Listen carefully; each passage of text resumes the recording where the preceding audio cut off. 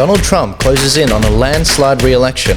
Australia One makes their case to the Queensland electorate, and white supremacists attack Riccardo Bosi. This is The Arc with Riccardo Bosi. Ricardo, how's the campaign trail going? Brilliant, couldn't be better. I can't look at you with a straight face. This has been a very funny week. The Queensland electorate, how are they treating the A1 message? Oh, very well. The campaign's gone fantastically. A lot of support, a lot of volunteers. People ask, fair question. We've been running a lot of Zoom meetings this week. We had the first one this week had 300 on board, and they asked a lot of questions. Why are you not here? Well, I explained that my wife has MS. I'm her full-time carer. I literally have to carry her to and from the bathroom, so I can't just pick up sticks. Her medication reduces her immunity to virtually zero, so she's suspect with every possible infection. And so the COVID thing has shut it down. But that hasn't dampened the enthusiasm of the volunteers. They're running hard to help out. A lot of help coming towards the last push. The Q&As to meet the candidate. Zooms went well. The health-orientated Zoom went extremely well as well. And so we're doing good. We actually cracked 1 million hits on Twitter in the last 8 days. Wow. Which is not... It's not like globally important, but for a startup party, it's pretty impressive. So there's a lot of interest and there's a big swing. I noticed that one of my supporters told me that the Labor candidate and his campaign manager were quite bolshy and quite pushy early in the process. But these days, as my people look at them, they look at their shoelaces. The Labor candidate looks at his shoelaces and shuffles off. And I can tell they're worried because I've been hit mercilessly on Twitter by Labor trolls pretending to be something else, but the language they use reveals who they are. Yeah. And they've come out hard, and my people have come back twice as hard. So no, we're doing good. We're doing very well. That's good to hear. The key message, though, and they're getting it, and here's the point, and we've said it many times, and we've said it over the last few weeks on the show. This election is not about Queensland. This election is for the future of Australia, and that's not an overstatement. For example, we've been warning people that the COVID nonsense is a scam. The numbers prove that. We've been warning people that they will prevent you from working, travelling, doing anything unless you have your vaccine, and that's happening. And then we said they're going to come for your kids, and they're going to lock you up. And right on cue, thank you, Jacinda Ardern, the left-wing lunatic Prime Minister of New Zealand, has recently opened up what are internment camps. So this is Nazi Germany in the 1930s. They will lock you up for a couple of weeks in a COVID camp for your own safety. Yeah. And if you don't take the test, you'll be in there for another 2 weeks. And somehow the New Zealanders are accepting this. Yeah. And so what is happening there will happen here, folks. So as I said, this election is not about Queensland, it's about Australia. And this is the last chance for Australians to get somebody into Parliament who will speak the truth. Now, if you don't believe me, look at Jacinda Ardern's own statements. It's all there. Just do the research. It's not good. It's not good. I'm sure there's a clip of her explaining this to people. But anyway, so the election's going very well. We're optimistic. Tracy in Currumbin is doing a stand-up job. She's just brilliant. I mentioned it last week, but I just can't get over it. No political experience, just a businesswoman. Lived and worked in the electorate all her life, and she's feisty, she's tough, she's smart. She knows the issues. She drills down deep so that people know they're getting a good candidate there. And the competitors just wilt like flowers in the sun. They really do. They're just they're not up to speed. Yeah. So we're going well. But the main point is, one more time, this election is not about Queensland. It's about Australia, and it's the last chance we have to get somebody into Parliament who will speak the truth. Now, there are a lot of people. I get a lot of pushback saying it's illegal. There's no constitutionality. We should be doing the lawful rebellion. We should be going back to the original constitution. Australia's a corporation. Now, all that's true. It is entirely true. But once again, one more time, the reason we must play by their rules to get in is it gives us legitimacy. Because once we're in Parliament, we have legitimacy. The world must pay attention. Yeah. And then the world will hear about Queensland and Australia, and the fight back begins. Yeah. Everyone, you've been called a lot of things this week, and it's been absolutely hilarious to watch it. See, this is the thing though, Riccardo. You are, like, this show And I love bringing these little clips up in my posts on Facebook. We just keep getting proven right on these things. You know, we say they're going to force a vaccination on you and they can take your kids away. And then you see the Western Australia legislation come out. It's really scary. And you know what? I don't blame people for thinking that you're an insider, you're a plant, and you might be conducting the whole thing, Riccardo. I mean, you've got the expertise for it. Absolutely. It's all a controlled opposition, false flag operation. Just turn off the commercial news and read and study, and the pieces fall into place. Yeah, and this is the thing, though. It's right there, as you're saying. It's right there. You guys just have to do a Google search. One, you'll find out. You can find everything you want to about Riccardo and disprove everything, all the smears thrown at him just like that. But two, you can find videos of, for example, and I'm about to play this, Jacinta Ardern telling you, we're going to lock you up. It's not a conspiracy theories. I know that's my knee-jerk reaction too, and it's healthy to have that. But you can't for ages I was telling you what was going to happen, and you sort of looked at me, tilted your head and thought, yeah, okay, mate. And then a couple of weeks later or a couple of months later, up it would pop. But that's the thing, though. This is what I want all of our viewers to do. I have a knee-jerk reaction. I say, I don't think that's right. But the conversation doesn't end there. We keep talking, and we keep saying, okay, let's talk the evidence out. And here's the evidence, guys. Be tested. Well, they can't now. If someone refuses in our facilities to be tested, they have to keep staying. So they won't be able to leave after 14 days. They have to stay on for another 14 days. So it's a pretty good incentive. You either get your tests done and make sure you're cleared, or we will keep you in a facility longer. So I think most people will look at that and say, I'll take the test. Isn't that scary? I saw that. Like, I understand the video looks really bad, guys, and it makes her look terrible, but that is a freaky statement, and she said it in a very crazy way. I'm genuinely, if you're in New Zealand, come to Australia. Leave your socialist ideas over there. Come to Australia. We want you here. That country is going down. And we predicted she was going to get elected, and she got elected. In an alleged landslide. Give me a break. And the other point is just another 2 weeks. Just another 2 weeks. Where have we heard that before? Comrade Dan and the fake chief health officer down there. Just 2 weeks, 2 more weeks, 2 more weeks, 2 more weeks. It'll be 2063 before some people wake up and realise you've been locked up like political prisoners in a gulag. So, folks, that's it. That's the wrap-up the Queensland election. That's the last point. If you like what you see in New Zealand, vote Liberal, Labor, Nationals and Greens. Or move there. But if you want a voice for reason in a parliament, the only one that's willing to speak up, vote for me in Nicklin, vote for Tracy in Currumbin. Yeah. And we'll have a couple of voices. And watch this space. The world's going to change. This is the beginning of the end for them.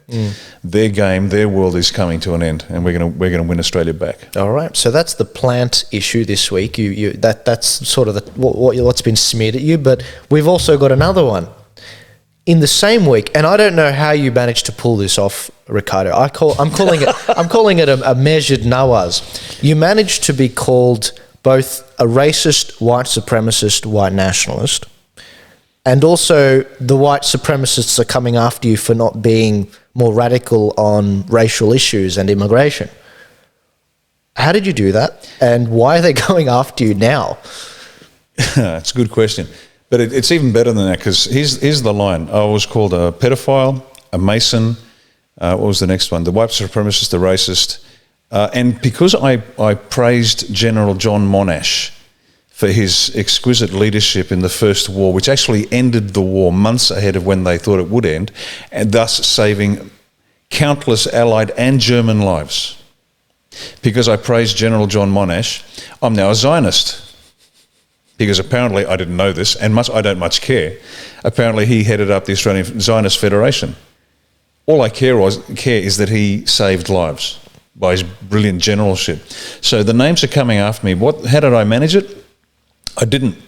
See, my opponents are extremely worried. Liberal, Labor, Nationals and Greens are terrified because they can't put a label on me because there isn't a label. They keep saying, what are you?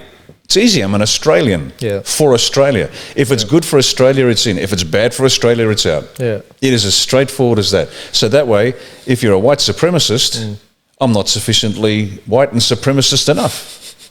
And if you're not, I'm too much. Yeah. As I said before, for the Christians, I'm not Christian enough. And for the non-Christians, I'm too Christian. Oh, please. It's really simple, folks. We at Australia One, we're Australians for Australia, and that's it. Yeah. It is really simple. It is not hard to get that around your head.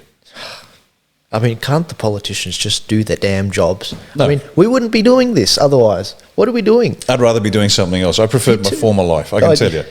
Being bitch slapped on a daily basis and patiently responding to questions is my job, and I get that. There's no problem. Yeah. That's fine. Yeah. What do you mean? What do you mean by that? Sorry. Oh, I'll put up a post, and they'll take one word out of context, and then the pile-on begins with all their set-up trolls. Yeah. Trying to distract me and supporters from understanding the truth. So I'll just patiently answer as many questions as I can. And what would you be doing if you weren't doing this? Doing politics? Yeah. Man, oh man. I'd be travelling the world as a consultant, flying to Rome for pizza, Greece for souvlaki, Vienna for a schnitzel. Oh, like you were in the UAE. Like I was doing before. Oh, okay. Life was bloody nice, I can tell you. But as I've said before, my wife and I looked at each other and said, we've got to do something. Yeah. Nobody else seems to be doing it. We ran for the Conservatives. That turned out to be a busted flush. Yeah. The people are, not surprisingly, completely untrustworthy, which is a safe place to be right now. Don't trust anyone. Trust yourself. Don't fight the government. Become the government. Yeah. And that's why we kicked off A1. Yeah. Because we can only trust ourselves, because the major parties have got us to this place. Yeah. And so we've got to turn it around. I want to go on record and just say I'd be chasing girls, playing video games, and enjoying my property development job, but the government saw to that I shouldn't have that job through their choice of policies and economic policies that led to the economic downturn we're in right now. Yeah. They reckon we're coming out of it. I'm like, come on. No, their goal is not to get out of the economic downturn. Their goal is to destroy small to medium-sized enterprises. Their goal is to destroy the middle class, because a middle class, an educated and wealthy middle class, they have ideas above their station, according to the elites, and they can't tolerate that. It's not an overstatement to say this is Germany in the 1930s. Yep. And it's still early enough. It's not quite 1938, not quite 1939. We're getting close.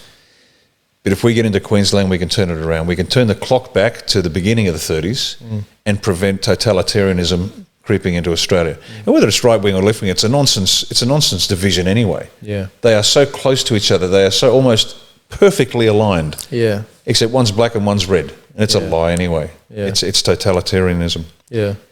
You know, choose your poison, communism, Nazism. We're against both. Yeah. And we can turn it back. So if we win Queensland, Australia can genuinely breathe a sigh of relief and just sit back, buy popcorn and watch the show. Mate, that would be great. In other news, apparently 40% of ASIO's resources are dedicated to radical right-wingers in Australia.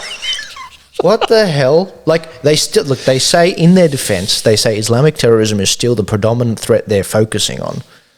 But 40%? What... Can you please explain this to me? Sure. Okay, I've got to get this gentleman's name first. No, I want to get it right. Perfectly fine. I'd hate to misquote this erudite academic's name. Because we've got a situation where 30,000 Chinese spies are here in Australia. Yep. And I just want to know what 40% is. I want to know what 40% of government resources at ASIO is. What does that practically look like? Well, that's a great kickoff. Let's go with the 30,000 Chinese spies. That was recently revealed by a Chinese dissident. Came out about, I guess, maybe less than a week ago. There have been a series of videos coming out, and the truth is starting to come out about Biden, about Obama receiving $1 billion so the Chinese could militarize the South China Sea. That's why the United States was so quiet on it. So all of these massive leaks are coming out. Now, I'm sure the mainstream media hasn't covered it. The ABC, the official organ of the Chinese Communist Party, hasn't covered it. But this is news, folks. So if you haven't heard about Obama getting $1 billion through the Bidens, and Hunter did the deal while Joe videoed it because they wanted evidence. So the Chinese, anyway. So all of these stories are coming out about China and spies, and it was recently released that 30,000 Chinese spies are in Australia, which is extraordinary because they've only got 60,000 in the US. So obviously, the idea that the Chinese believe that they own Australia is quite sound. They think they do. Well, I've got some bad news for them, but anyway. So 30,000 Chinese spies in Australia. ASIO can't find them, of course. Oh God, no. So how corrupt or incompetent is ASIO? Because there's only one or two possible options here. 30,000 Chinese spies, they can't find them. And yet, 40%, it's quoted, 40% of their workload is on right-wing extremists. Now, let's find out who the go-to guy is that produces that number. Now, I saw his name first time during that hit piece the Sydney Morning Herald did on me, where apparently, I'm a problem, or there is a problem, and they mentioned this Greg Barnes from that erudite university deacon in Victoria. Was it? So he said, so let's look into Mr. Greg Barnes and find out who this go-to guy is that is warning us. He's running around clutching his pearls with his hair on fire, screaming, there's a right-wing conspiracy. Now, who is Greg Barnes and what's his perspective? Now, why would he be such a good go-to guy to line up this predictive programming for people? Because this is what they're doing, folks, just so you're aware. They tell you there's a problem, and then, oh, look, they pick somebody to put in that spot that they've created. So Greg Barnes is an academic at Deakin University. Greg Barnes, from what I've read of him, is an Islamic apologist. And to say left-wing would be an understatement. He's currently working on a paper about religious diversity and social cohesion. And the thrust of the paper is that social cohesion is problematic. And as a policy objective, maybe we shouldn't put it in that category and make it a policy objective. So here we go. We have a left-winger, an Islamic apologist, arguing that social cohesion is not a policy objective anymore. So this lunatic, in my opinion, this lunatic who wants to fragment the country and break it up into 1,000 little groups is the same guy that they go to prove there's a right-wing conspiracy. Well, ASIO, you've just shot yourself in the foot. Sydney Morning Herald, you shot yourself in the foot. It's a con, it's a setup. You've been caught out. So, Greg Barnes, look for his name. So next time you hear Greg Barnes quoted as the source about right-wing extremism, you know it's a setup. You're being lied to. So congratulations, Greg. Congratulations, and more power to your arm in your academic endeavours. But mate, stick to what you know, and just be honest about who you are. Yeah. You're an Islamic apologist and a left-wing loon. That's okay. You're allowed to be, but stop pretending that you're an independent observer and commentator on other things, because you're not. So there you go. Yeah. ASIO, you can't find Chinese spies, but you can find a left-wing loon to tell us there's a right-wing conspiracy. Well done. If I could ask Greg Barnes one question, it would be, what are you defining as a white supremacist? Or a radical right-winger? Like, what are the policies specifically, if we're going to talk specifics? He's a professor, after all. Is it that they're anti-Jew? Does it play into the Nazi theme? Is it that they're white supremacists? Is it that they're, I don't know, what did right-wingers They love their country? do? Is it that they love their country? And I'd want to go through those things and be like, okay, well, this week, Riccardo, if he truly is someone who did that, who helped with that hit piece from the Sydney Morning Hamas, how is it that Riccardo's been attacked this week for being too Zionist? How is it that he's been attacked this week for not being white supremacist enough once he calls out the white supremacists for their inaccurate depiction of biology? And how is it, I don't understand how he can be the right winger you paint him to be. This reminds me of a situation with Majid Nawaz, who you've heard of, where he was categorized by the Southern Poverty Law Center in the USA as being a radical Islamic, I think a radical anti-Islamic extremist. So he was against Islam. Yet at the same time, on the other side of the Atlantic, in the UK, he was categorized as a radical Muslim extremist. So one was for Islam and one was against Islam. And he ended up suing the Southern Poverty Law Center for $4 million, and he won a couple of years ago. Oh, terrific. Are you telling me there's an option here for me? Riccardo, I'm saying get your lawyers ready, because if they want to keep these attacks up, I think A1 needs a bit of funding. I really do. I think. Well, I mean, we can run a much better campaign with $4 million. Let me tell you, that'll be fun. Exactly, because I mean, you didn't even pay for that Sydney Morning Herald. Do I sue Deakin or Barnes personally? I think you can do both. Why not? Okay. Two for one. We can do that. Yeah. How about we do an investigation into ASIO and drag their sorry asses up before a Royal Commission too? We might hit them up for treason and sedition. Oh, we can have some fun now. Baby steps. I think there's plenty of work to do with these corporations, but that's not what we're about. We're actually not about enriching ourselves, guys. We actually, as we said before, we had lives before this. You guys forced us into this, and that is how I know you will lose, because you are forcing more and more people to go against your progressive globalist agenda, and they're not gonna sign on with it. You know, average people who aren't anti-vaxxers becoming people who don't want to take a vaccine. They don't want to touch your vaccine because it's very suspicious that, you know, vaccines which typically take like 20 years plus to develop, that you're saying, oh, we'll have it by Christmas. It's very suspicious. You know, you take a guy like Nigel Farage. He's not an anti-vaxxer. He vaccinated all his kids, and he's saying, I'm not taking a vaccine from the government that's developed it within a few months. It's not even safe. And I'm not going to be the guinea pig either. And look, and that's the lesson we've got to get from this, guys. The fact is, you need to check these facts. You can't rely on the government authorities, and you can't rely on the scientists. You need a diversity of opinions, because the science is not a monolith. It's not one opinion. It's multitude of opinions. Ask Albert Einstein. There are petitions against him by tens of thousands of scientists in the past. They didn't agree with him, yet he proved them all wrong. Science is not a democracy. But I wanted to move on, and the following segment is directly for a lovely young lady who started Reignite Democracy Australia. Her name is Monica Schmidt.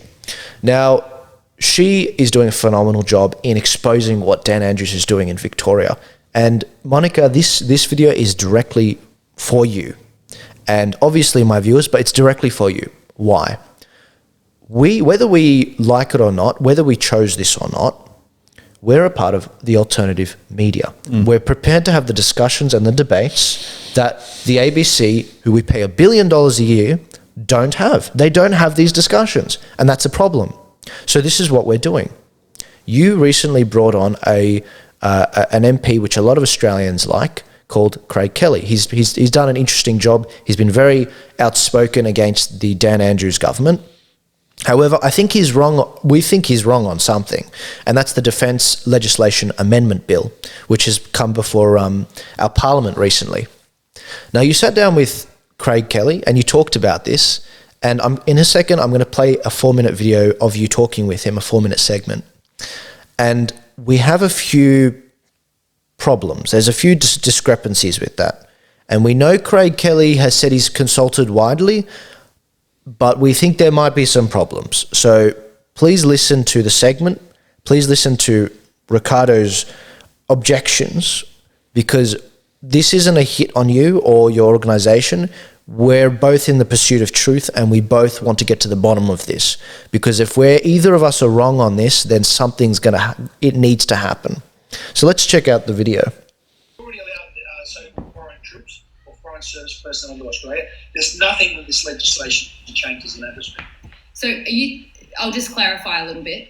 So are you saying that the only thing this legislation really does is it protects them just like the Australian troops are protected when they're doing the same work, even though they're foreigners? Is that correct?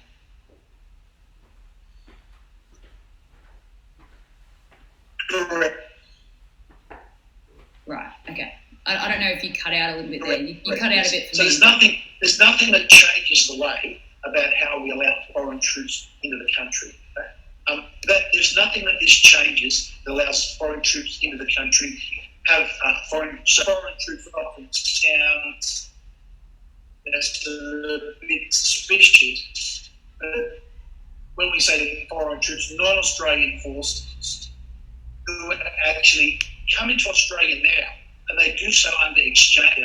The Navy, the Air Force, we've got them in the commandos, and we've got Australians serving overseas with the Americans and the Canadians and the British as well at the moment on these exchange programs.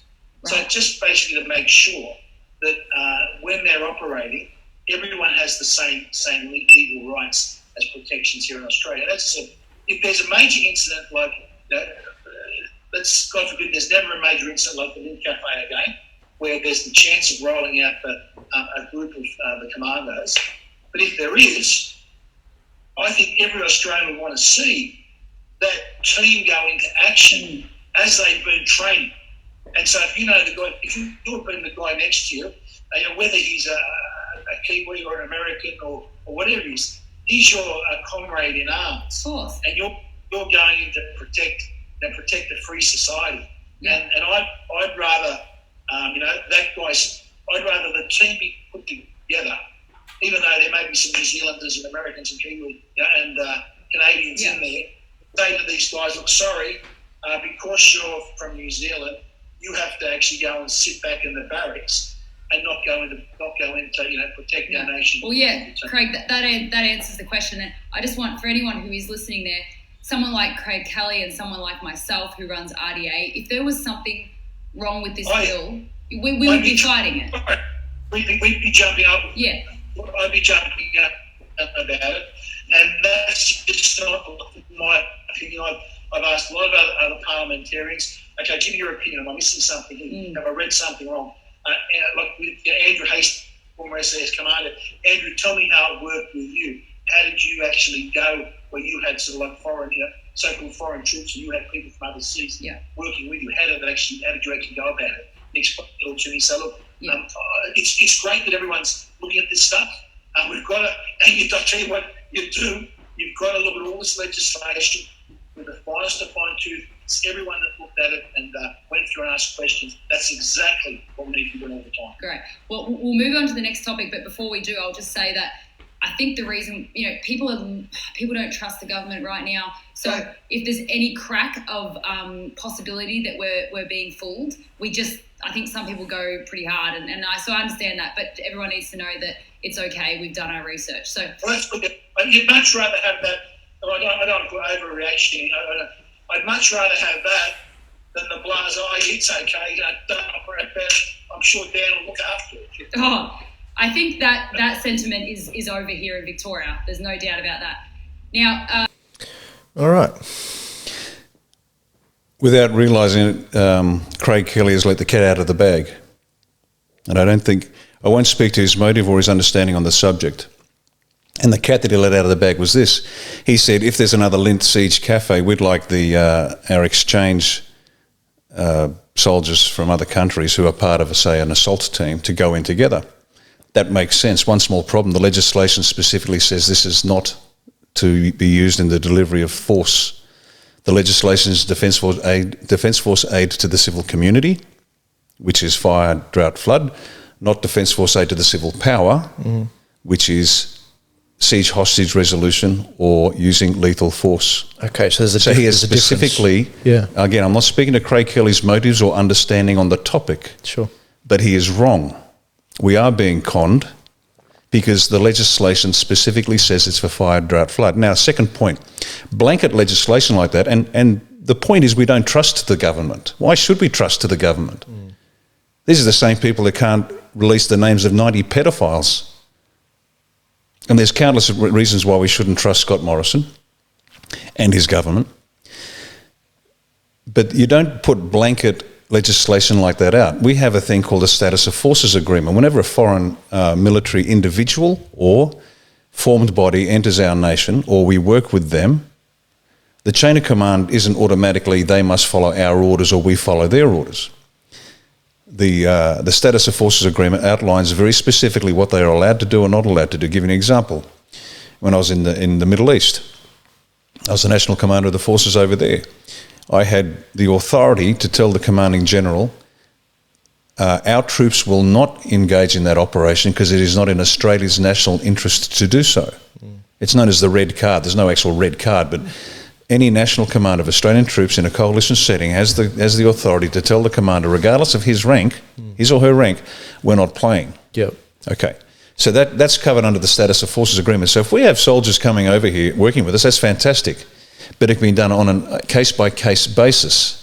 Sergeant Smith, USMC, is working with SAS. Great. Status of Forces Agreement, very specific, and that can cover immunity for certain jobs. For example, Linseed Cafe. No problem. There's blanket authorisation to give immunity to people, and he's let the cat out of the bag. He mentioned the delivery of force. The legislation doesn't do that. Yeah. So I don't trust them. It's got nothing to do with Kelly. I don't know whether Kelly understands it or not the point.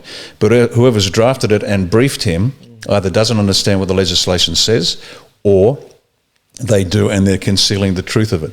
So it's a lie. Now, to change this legislation to allow them to deliver lethal force requires one tiny amendment. Now, we've just seen New Zealand open up camps. We've heard stories about things going on in Australia at the moment.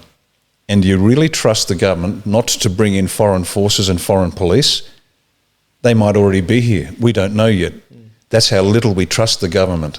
And so, no, this is now a busted flush. This legislation should not be passed. Yep. And if it is, don't be surprised if you see foreign troops and police in Australia telling you what to do. And as I said before, if you think VicPol's bad, I've lived and worked with real police forces overseas, and they are brutal. Brutal. So, no, the Defence Legislation Enhancement Bill 2020, it's bad law. And it's unnecessary. If we're wrong on this, guys, Monica specifically, please, we want a response. I mean, if we're wrong on this, then that's a correction we need to make. Absolutely. Happy to be corrected. Exactly. But we're both in the pursuit of truth here. And if we're right, and as you using your own words, you'd rather people have the knee-jerk reaction of saying, I don't trust you. If we're right, there is some serious problems we need to talk about with our government, including Craig Kelly and his analysis of this. If you're right, then that's okay. There's no risk. But there's a higher risk if we're right, and we do want a response from this, because you don't have to speak to us directly, but just address these concerns, because this is very concerning. I've got a niece, I've got a family. I am very concerned about this, and I would definitely want to hear your response on this. Did you have anything else on this topic? No, that's it. We've had an interesting situation this week. What would you say to people who say that you're Islamophobic? First of all, I'm not afraid of Islam. Secondly, what that term is an undefined term. I have no problem with Muslims. Muslims are people. People can make their mind up, they can change their minds, so no problem with Muslims. My problem is with Islam, and specifically not the religion of Islam, the religious elements of it, but with political and cultural Islam, which are inconsistent and incongruent with Australian law. So there's the problem. And yet we have people that have this kumbaya version of all religions are equal. No, they're not. Not by a long stretch.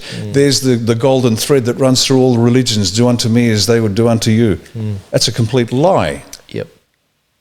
It's a complete lie. The Quran never once mentions love. The Bible, the New Testament, is all about love. Turn the other cheek. Where is their comparison? So I'm not Islamophobic. I just have a problem with ideologies which would damage Australia. Now, the federal government banned a visit from a pro-life speaker out of the US because they considered him a risk and a danger to Australia. And yet they will never once mention the threat of Islamic terror.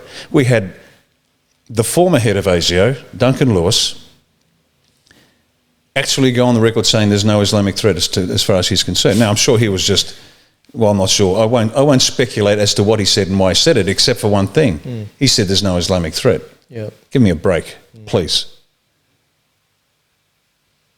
So, it's not Muslims I have a problem with. In fact, I have, as I said once before, I think the support of Muslims is not low, let's say. Yeah. I get a lot of support because most of them aren't interested in radical theories. Yeah. They're not interested in becoming suicide bombers. Yeah. They want to raise a family. They want to build a business. They want to go to the mosque. Yeah. And yet there's this tiny little group at the centre, Yeah. the Islamists, the extremists. And they're not extremists. They're actually practising Wahhabism.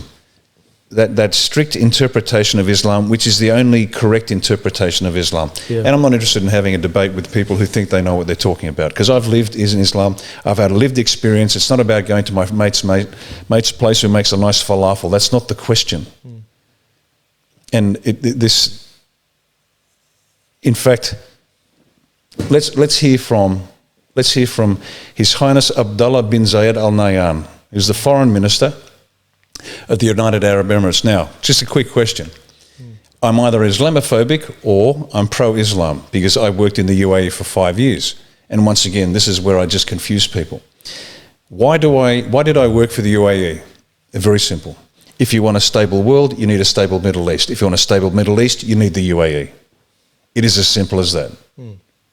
They straddle this East-West divide, this Christian-Muslim divide, extremely well. It's an extremely delicate position for them to be. But I can tell you, they're very strict on their radicals, they're extremists. But let's hear Abdullah say it for himself.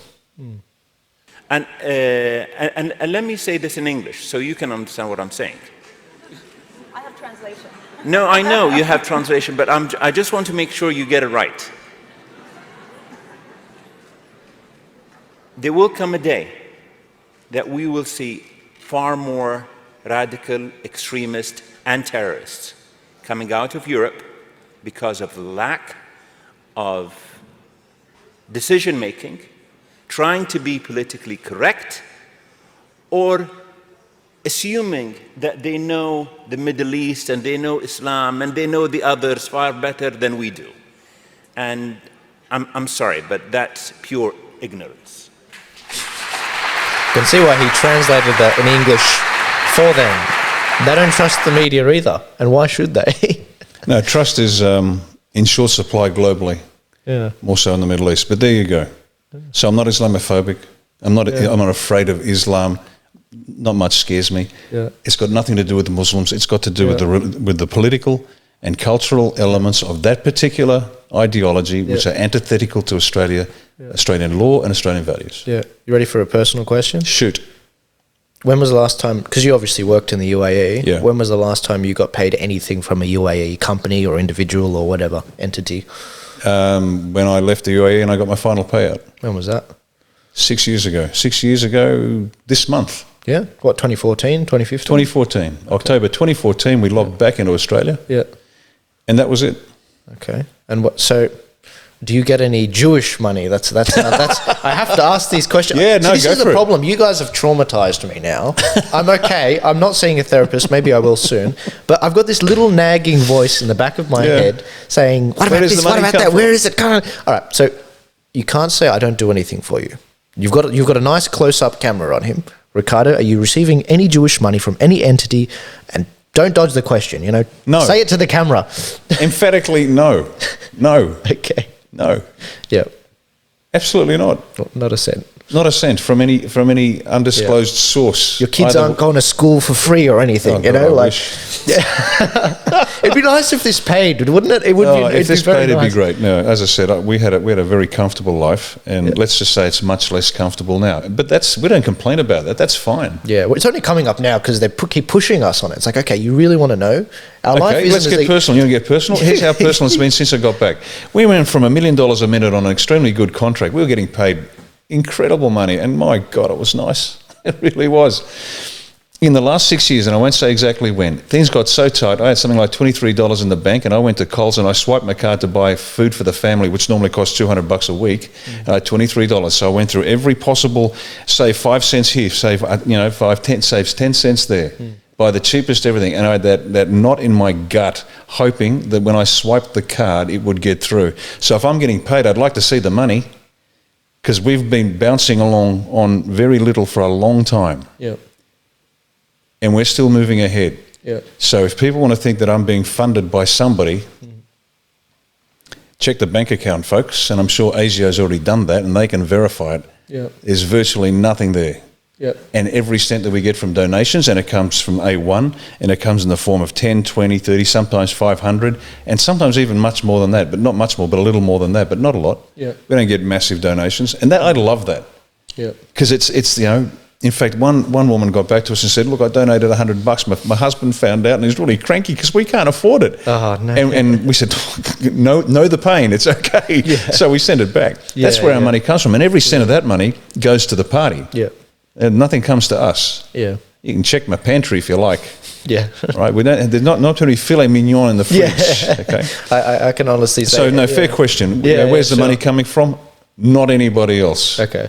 And, no, we're clean. Yeah. We're clean as a whistle. So I hate to break all your hearts. Dig as you want to. In fact, one troll on Twitter said, you made all these allegations about me. I'm either left wing or right wing or I'm a Zionist or I'm not, whatever. And he said, I've got a bunch of stuff on you I'm going to dump on you, so you better shut up. And I just went back with 3 words, go for it.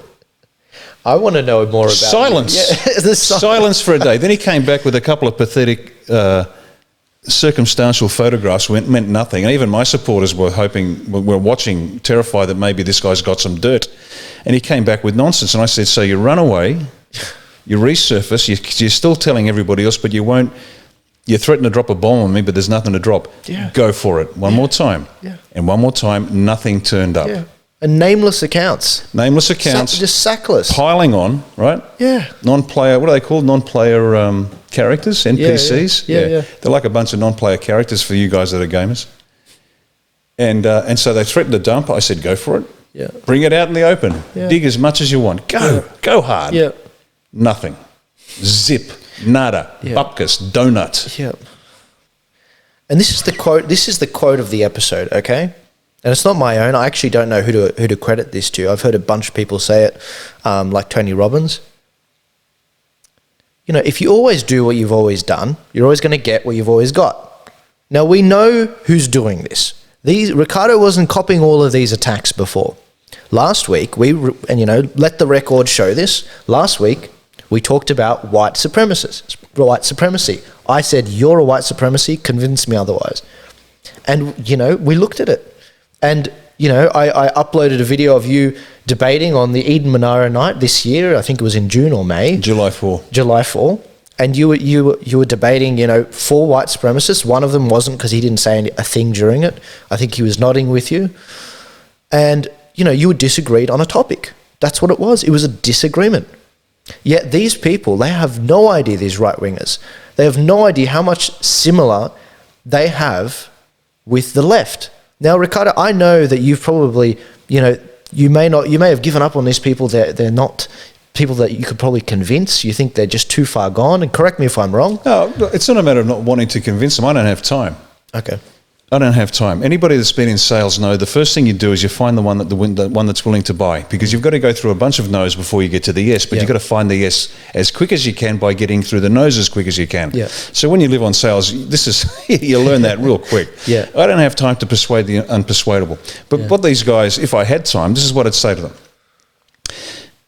In group, I understand their perspective, in the sense that as an academic study. In-group preferencing is normal. Everybody does it. We had an Emirati in Afghanistan, and he was black as the ace of spades. And we were when we designed the organisation that we were going to deploy with, and we deployed with them. We'd name them Team Gold, Team Red, Team Green, Team Blue. So that way, when the enemy were listening in, if they happened to pick it up on the chatter on the radio, it would mean nothing. This is gold, this is blue. Yeah. It's a meaningless term. Yeah. Anyway, this particular individual was allocated to Team White. Yeah. And he just flatly refused to deploy until he was put in Team Black. So in-group preferencing is a natural human desire. It's visceral, it's hardwired into us. Yeah. It's not racism, it's just called in-group preferencing. Yeah. Now, there are many layers. As you examine this, as you become more evolved as an individual, you realise that first very visceral desire is to find people that look and sound like you. It's a very physical, and that makes sense. That makes exactly. sense. Look at the western suburbs, full of ethnics. There you go. Yeah. When the Italians came out after the war, they congregated around Leichhardt. Now their second and third generation kids moved out, no problem. My parents, young kids, had the wit to understand that their kids would be Australians with an Italian background, but Australians. And so they chose, as soon as they could, they moved out of that Italian enclave and they actually never lived in Leichhardt, but they lived in a small group. But they moved as quickly as they could to an area where they could grow up with Anglo-Celts Australians, because this was going to be their country. And while they might have an Italian heritage, their kids would have to be Australians. That's how wise they were. So this in-group preferencing, the first challenge is to get over that physical similarity. But then as you evolve as an individual, as you grow and mature, you realise there are emotional aspects that you start to resonate with. And then there are mental aspects, concepts, and there are psychological, and then there are spiritual/cultural, and then the values, and then you start to associate with values. And we had that from a very early age. I used to watch, like most kids, you watch TV, and I never saw colour. Not colour TV. I just never saw the colour of the character. I just saw the justice in the motive. I saw the courage that was required to overcome adversity. That's what resonated with me. And maybe our parents just raised us slightly better than most. And so that's what's profoundly important. So now in-group preferencing still applies to me, but I don't look at colour. I want to surround myself with men and women of courage, of wisdom, people of faith in themselves as well as faith in God, but faith in themselves. People who value love and compassion. So that in-group preferencing still resides. I still have no desire to hang around loons, because I wish to associate with a certain breed of person. And so, I understand them, but it's such childish nonsense to accord to an individual a whole set of characteristics based on melanin in their skin. And eventually they might grow up, but I don't have time. I've got to find as quickly as I can as many people that value the higher things in life, the higher values, then we band together, and then we can do something about saving the country. So thank you guys. I really appreciate it. Keep the questions coming. You just gave us the biggest gift. I'm going to create a shirt for you, Riccardo, and your black supporters, which says "Black as the Ace of Spades." It's going to have your face on it, and all your black supporters can wear it. There you go. Because it's something you should be proud of. You should be proud of who you are, your ethnicity. You should be proud of your country and what you believe in and your culture, religion. You should wear that as a badge of honour. That's why I love my eyebrows so much. You always hear me cracking jokes about them. It's because it's a mark of honour. My grandfather had them. He was Syrian. My dad had them. And when people see me, they're like, that is Joseph's son, or that is Basil's grandson. They just know, and they know the quality, where that comes from. And you said it in your debate with them that according to the white supremacist ideology, we shouldn't be here. We shouldn't be fighting their battles, because it turns out there's a lot of overlap on the things we want that they want, but they just come from a completely different angle, a completely distorted angle. But I don't know if you guys are going to be convinced of this, but you're very similar to the radical left wing. You're a tribalist. I don't feel like you're blaming the world for the issues rather than dealing with them yourself. I mean, please, you could totally join the fight with us, but you got to leave that anti-science stuff behind. And I'm not saying that. I'm not saying anti-science as in climate change is anti-science if you disagree with it. That's not the thing. This is something where we know. I'm a walking example. Riccardo is a walking example that it's bunk. Your theory about culture and ethnicity, it's bunk. And to wrap this segment up, and please, I want to hear an answer on this because no one's answered it yet. If it truly is that white supremacy is true, then why is it that in all of these Anglo countries, they're so shit at keeping their culture? Why is that you guys are so crap at defending it? Why is it that the ethnics are the ones defending your culture? Now, the truth is, it's not that they're crap at it. It's that there's nuance to it. What do you say to someone that's, half Asian, half white? Where do they fall? Huh? Are they not? Are they?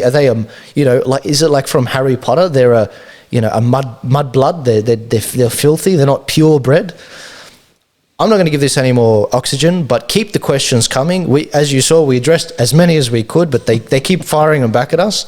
But send us something substantive. I'll chuck the image up if it's credible. Send us something substantive so that we can actually, because if there's something wrong with this guy, I want to know, because I'm doing a show with him every week. And I've got some serious issues if anything comes out and it's true. So send it through and we'll talk. But that's the end of the mailbag for this week. Perfect. Let's talk to some other loonies over at Canberra.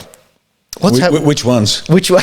Which loonies? I just deal with them as a general group. The Wolverines in Parliament, as you put it. Oh, here we go. This is a very short segment. Apparently, we have some children in Parliament. There's a bipartisan group of individuals, and then their motives are good, of Labor and Liberal people, MPs who wish to work together to reveal the level of infiltration by China into Australia. And they've produced these little stickers, little Wolverine paw, and they put the stickers around Parliament House on their doors and things like that. They're part of this secret kids club. Apparently it comes out of a US movie, the Wolverines. Someone should remind these children that they are part of the government, part of the Parliament. They're being paid by people to do their bloody job. And they get time to waste making little stickers. Open your mouth and say your piece. Andrew Hastie, Kimberly Kitching, and all the rest of you children out there, grow up. This is not a game. You will do more to protect your pay packet than you will the people that you allegedly represent. So stop the childish games with the Wolverines. Speak out, because you know exactly what's going on, but you won't speak. It's an act of bloody cowardice, and you can cover any subject you like. And it's not about loyalty to the party. It's about loyalty to Australia. How about loyalty to your constituents? Every last one of you, you bloody children, grow up, do your bloody job. I mean, this is just infuriating. It's a game to them. They are destroying this country. Every time they don't open their mouth, their silence is consent. So pick a problem that you think the government's responsible for, write to them. If they don't say anything, they're good with it. Whether it's pedophiles, whether it's Chinese infiltration of the government, whether it's full-term abortion, they're all silent, every last one of them. They won't say a bloody word. Oh, not my area. No, not my area. Cowardice, treason, sedition is what they're guilty of. And that's it. Yeah, it's certainly something we want them to live up to, the values, the promises they put forward. We're going to be tough on this. We're going to be tough on that. Well, where are the results? We want to see action. I'm only 23. I've been paying taxes for a few years now. I don't get why we're not seeing more anger from people, and they should be angry, because when they're angry, it's funny, the politicians, they know what they're meant to be doing. They all of a sudden do it when they see a little bit of anger. And it's just frustrating, because these people, like including yourself, you've been paying taxes for decades, and what's happening? They're making these terrible decisions, giving us all this debt, and and that's another issue to talk about. But I just don't get why people aren't more frustrated. I mean, I am frustrated because not only because I've only been paying taxes for a few years, but I'm frustrated because I'm going to be around with these decisions that they've made for a lot longer. Who knows how long I could live? I could maybe live to 150, who knows? But the problem is I'm going to be dealing with these things for a very long time. And I get frustrated when I see the way the government is dealing with these things. I mean, I already lost my job because of it. And I'm like, okay, you want to take my job? I'm coming after you now. That's a big problem with me, if you're going to give me all this debt to pay off for the rest of my life. Riccardo, did you have anything else on the Australian end of the spectrum? The religious freedom laws that are being proposed through the New South Wales Upper House by Mark Latham of One Nation. Now, Mark Latham's doing some great work on repairing the education problem here, particularly with curriculum. So he's doing great work there. Yeah. But there are big alarm bells running in relation to his religious freedom legislation.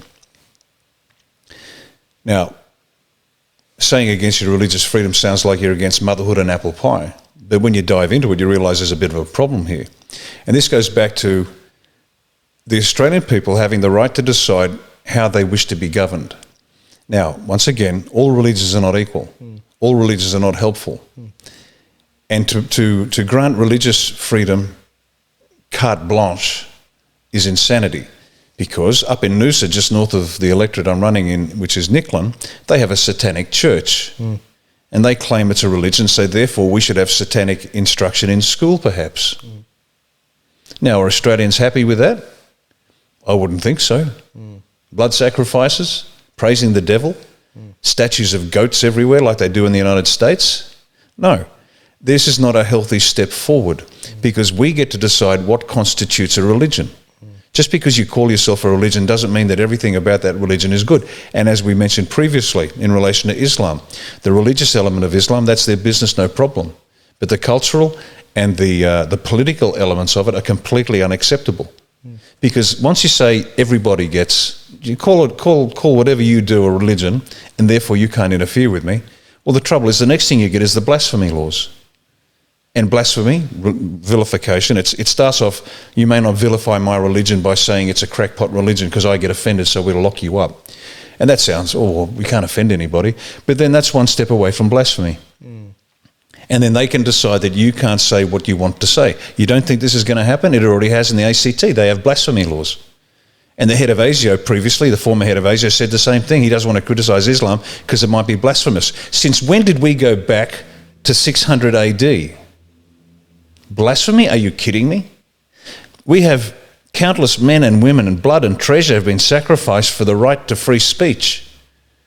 And we don't have it in Australia, but what little we have is being curtailed at the behest of barbaric concepts. So no, you don't have carte blanche freedom of religion for everybody. Australians have to decide for themselves what constitutes a religion and how much liberty they may have. It is a really interesting question, and it's one that we must decide for ourselves. And this is going to be part of our constitutional convention that Australia One will push for. Because we need to go back to the 1901 Constitution and then rebuild it from scratch to make sure it meets our needs. Because as I said, it's entirely inadequate for a 21st century Australia. Yeah. The Religious Freedom Bill's certainly been something I've backed quite a lot.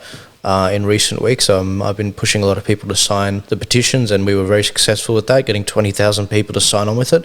It seemed like at the time there was certainly something there, and I definitely want to investigate and have a think a lot more about those points. This is the problem. The Turnbull government opened this can of worms with religious freedom and. Intentionally or unintentionally, they opened it with the same-sex marriage vote. And without sufficient protections, we've seen people losing their jobs, religious institutions being discriminated, not being able to, hire who they want, and, being sued left, right and centre by, people who go around for a living and just sue people because they're gay and so there's definitely a problem there. How it's addressed, I don't know. If you look at Mark's bill, it looks like, okay, this looks like it can solve it. Now, what's going to happen after the bill? I don't know. I don't know if it's going to solve the problem, and I don't know if it's actually going to. No. But it looked like it was a step in the right direction, and I still sort of think it is. But there's definitely, we might have to do a segment on this with someone where there's a bit of back and forth. Someone knows a bit more about it. Well, do you remember there was an artist who created a piece called Piss Christ, and he had a plastic crucifix in a jar of urine. Oh yeah, I've got that here actually. All right, and this was put up on, it was displayed as the photograph of this thing, and it caused a hue and cry amongst Christians in Australia. They thought it was disrespectful, they thought it was blasphemous and the rest of it. But nobody threatened to kill anybody over it. Yeah. So that's freedom of expression. Do I find it offensive? Do I find it helpful? It's not relevant. I have an opinion, but my opinion shouldn't shape this individual's ability to be a jerk. And he certainly shouldn't be threatened with death. Yet, if I draw a picture of Muhammad, I can be put to death. Can you see where this is going, folks? Now, let's add one more layer to it, because I mentioned this at the religious freedom debate we had at the university with Mark. Freedom of religion doesn't mean freedom from religion. So all you atheists out there, if you want to get on the bandwagon and say we ban all religions, let's look down that path, because we have some historical examples of what a nation that is free from religion looks like. One was the Soviet Union, the next is Nazi Germany, and the last one is Communist China. And between them, they've only killed 100 million people. So, well done, the atheists So I don't know how stupid you have to be, not about God. I don't care whether you believe in God or not. But if you think freedom from religion is going to save the planet, have a look at those three organisations running those three empires, and they were all free from religion. Yeah, high score, 100 million. Oh, you've got to get up early in the morning to kill 100 million people. So well done, the atheist empires. So let's be a bit sophisticated about this. Let's understand that one size does not fit all. We need an intelligent, informed debate, and the key point is Australians have got to decide what country they want to live in. Yeah. It's up to the people. Yeah. It is up to them. Sovereignty comes from each individual. They get to have their say. And they shouldn't be bamboozled and confused by shysters on the ABC, for example. Mark Latham is utterly sincere. I'm not including him in that group. He's utterly sincere. He wants to solve a complex problem. The trouble is his solution will only cause more problems down the track. That's my point of view. Look, we're gonna do another segment on this for sure, because I want to hear that healthy back and forth. That's what we're all about. Sure. But the point must be made.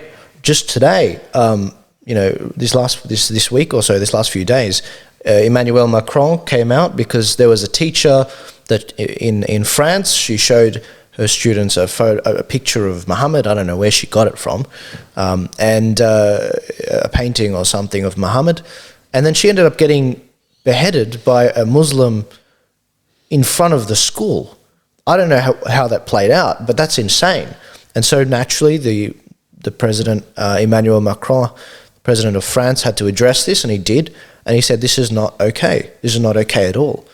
Now look what's happening. The whole of the Middle East, I don't know which countries, but a number of different countries, they've got riots going on. They're calling to boycott France and everything to do with France. That's the response. That's the response. Isn't that strange? No, it's entirely consistent with the political elements of Islam. As I've said before, put the religion to one side. Dar al-Harb and Dar al-Salam. The goal of Islam is that the entire globe is Dar al-Salam and is the realm of peace. And everything else and that's what they want. And that sounds terrific, except peace is defined as where there is Sharia. So they want Sharia globally. That's Dar al-Salam. Anywhere there is not Sharia is called Dar al-Harb, the realm of war. So Australia is currently Dar al-Harb, the realm of war, and there are the lunatics that want to make it Dar al-Salam. Not going to happen. Not going to happen. Now, it's not up to us to reform Islam, I can tell you that. It's not my job, it's not anybody's job, except the Muslims. Now, can Islam be reformed? Probably not. It is too ingrained. But there are variations. There are Islamic countries that eat pork. Yeah. And that's not supposed to be eaten. So there is a precedent, but it's not our job to do it. It's up to the Muslims to decide whether they want to follow their lunatic mullahs who take money out of Saudi Arabia to radicalise otherwise moderate Islamic countries, or they decide they want to become Australians. Because you can't be both.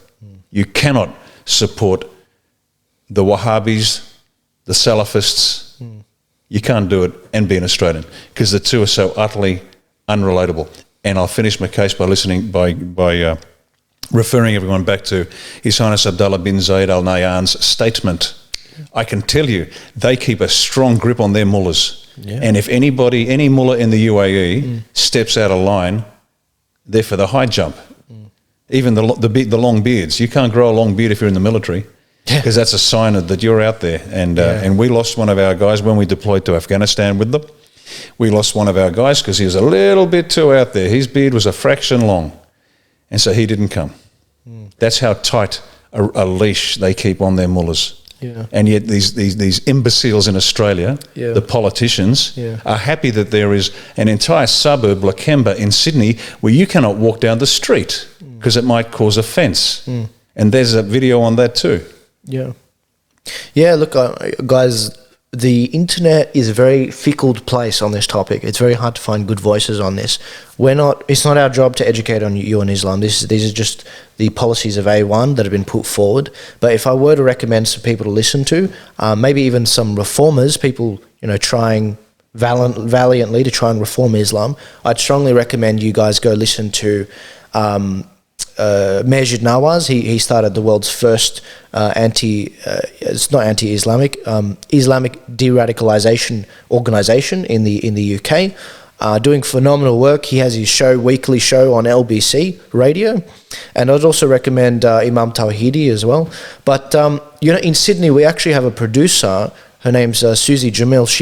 She did a documentary with Majid Nawaz and Sam Harris, and they talk about how they can sort of the future of the discussion.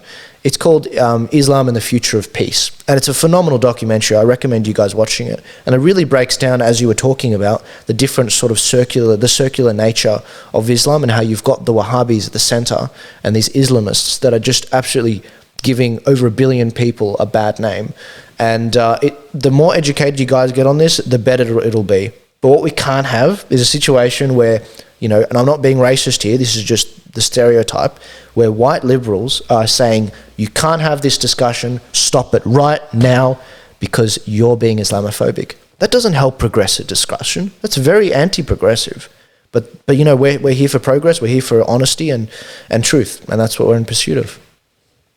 Now let's move on to what everyone wants to talk about. Sure. The US election. Oh, baby. So we are currently 5 days away from the US election. It's on November 3rd US time, and it's on November 4th for us Australian time. I can't wait. This has been a 5-year journey for me. I used to be a progressive. I was devastated the last time Donald Trump won. Can you believe it? Can you believe it? Isn't that insane? I used to be a donating member of the Young Turks as a student, and a progressive Black Lives Matter supporter, the whole thing. And in mid-2017, changed my mind. I kept an open mind. I used the same tools I have now, the same tools I'm trying to teach you guys, and I ended up changing to conservative. And this is where we're at. Donald Trump has made America truly a lovely place to live. Now, the riots aren't great, but it would help if some of the Democrat mayors pulled their head in and asked Trump for some help with the National Guard, which he can't deploy without their permission. But this is the year we've got. It's been an insane year. Do you have any thoughts on the US election? Well, changing your mind is a good way to start, because what was trending on Twitter this week is, because they had postal votes and early voting, and what's trending on Google, I think, not Twitter. Yeah. Can I change my vote? Because the truth is coming out about the Bidens, Joe Biden, Creepy Joe, and his bagman's son, Hunter, doing, and we mentioned the deals that they've been doing, but all this truth is now coming out, and people are genuinely shocked and horrified. There is flood is an overstatement, but it's not hard to find an interview on YouTube of former Democrats apologising and now saying they support Trump because they realised they'd been lied to. They weren't bad people, they were just lied to, and they believed the lies. Exactly, and we got those people here. Right. And so the truth is coming around, and you mentioned the riots, and the riots are all in Democrat-controlled states, which are the worst states in the United States. They have the strongest gun control. They have the highest death by gunshot. They're appalling places to be. And so the country is swinging around, but it's a bit like turning a container ship. It takes several kilometres to change course. So is Trump going to win? Oh, without a doubt. It'll be a landslide. Even with the dodgy vote, it'll be a landslide. Man, we've been saying that for months, haven't we? We knew it. We knew it'd happen. They can't even cover up for Creepy Joe's senility now. He stumbles over his words. He's only there to be a prop for Kamala Harris, and Kamala Harris is a completely compromised individual as the vice presidential candidate, and she'll do whatever's required to be done. And so it's just a joke. Trump is going to win. He's going to win bigly. We get 4 more years. And the only real threat to the US isn't so much Trump's re-election as Trump's safety. And I mean this sincerely now. There have been multiple attempts on his life already. Doesn't get much airplay, but a lot. And they're going to get serious because they can't afford another 4 years of Trump. Because another 4 years of Trump is going to make the United States even stronger and safer and better and more powerful internationally, because he has been progressively degrading all the apparently insoluble global issues. One by one he's done it. North Korea's not a problem. Peace in the Middle East, my God, what else? What else can this man not do? Peace in the Middle East. It's massive. 5 peace deals.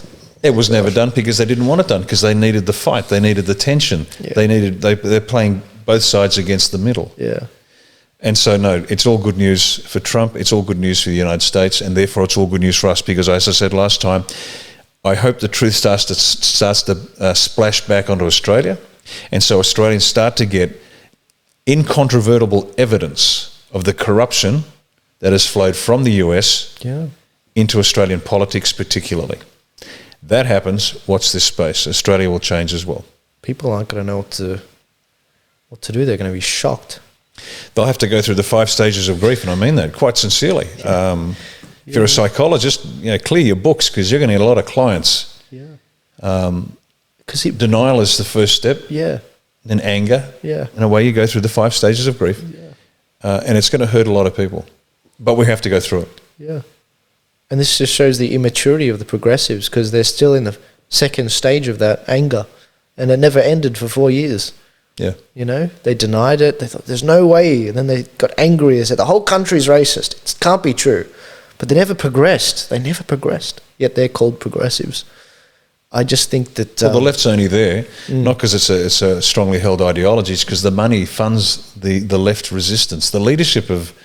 The democratic leadership and the leftist leadership, they're reasonably got a grip on it. Yeah, you mean the corporate Democrats? Yeah. Yeah. But the actual alleged massive movement, Black Lives Matter and that's all there because it's funded. You take the money away, take away George Soros' money, it's gone. Yeah, absolutely. It's gone. Absolutely. For those of you who don't understand, when we say the left over there, there's obviously different factions. There's the Democratic Party establishment.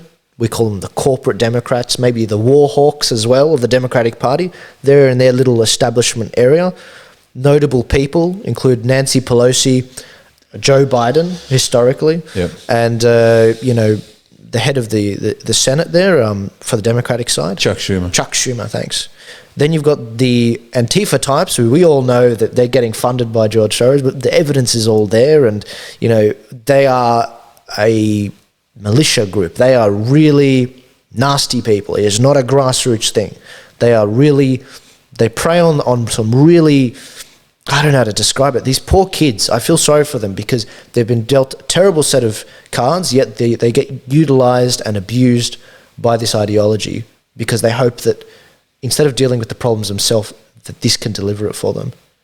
And then you've also got the progressives. Now, the progressives, we've got a lot in similar with the progressives. They genuinely want stuff like, Medicare for all. They genuinely want some of these things. Now, they do have a sliver of communists in there that are trying to constantly push them to seize private property and, seize everything, really. But those are roughly the 3 or 4 factions there. Conservatives have completely consolidated, including libertarians, behind Donald Trump. And that's how I know he's going to win. Because it's become less about the, who's a conservative. It's become more who's against this radical left wing. Because that's what Joe Biden is. He's just a puppet right now for the left wing. And it's funny you said the thing that people are changing their votes, especially in Pennsylvania. That was surging after the debate, because he said the thing about the oil. We're going to end subsidies to the oil industry and we're going to phase it out.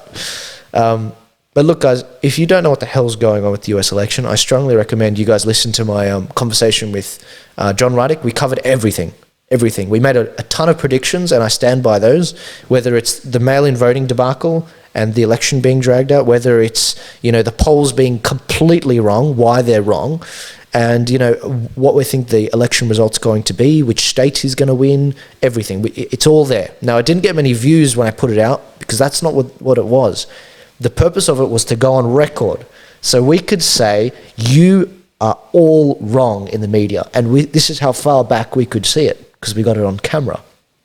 So why do you have a job? It's an excellent question. Who knows, Riccardo? Maybe I'll be working in the ABC in a few months' time. Well, after we sack the talking heads, replace the board, rewrite the charter, we need good, independent, thinking journos. So yeah, absolutely, mate.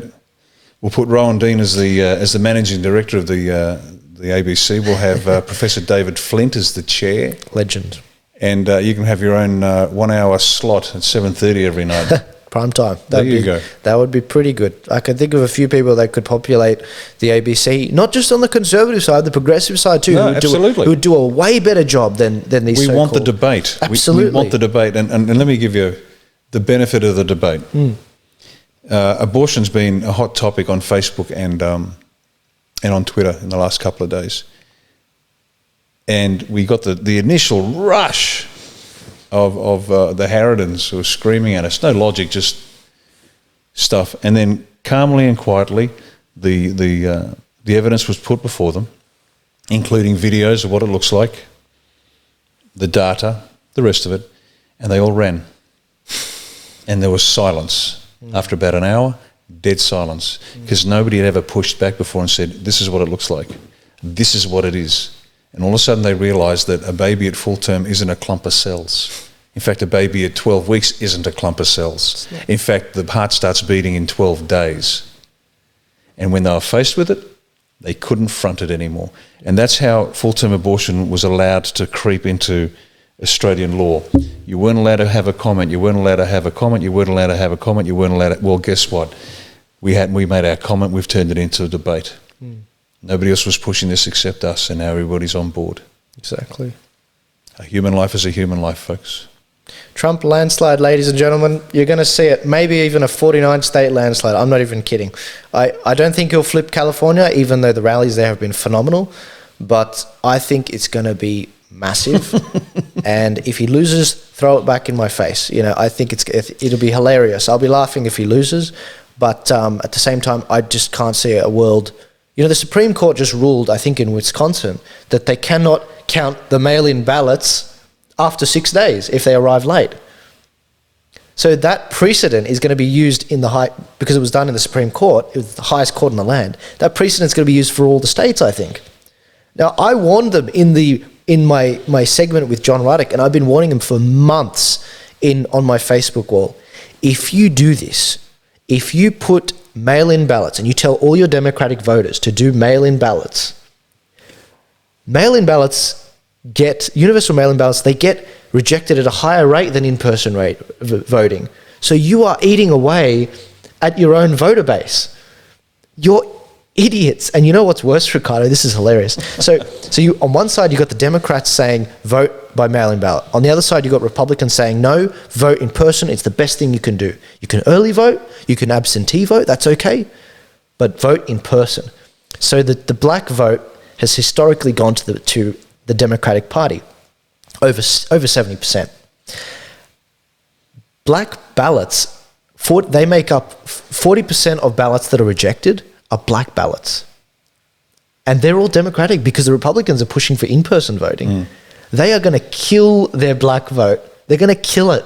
And I can't wait to see the look on their faces. Folks, enjoy the weekend. Enjoy next week. Check out the CPAC live stream. We're covering all of this stuff. I hope John Ruddock's on explaining this with you. Maybe they'll chuck me on to explain this because I haven't heard many people talk about it in Australia.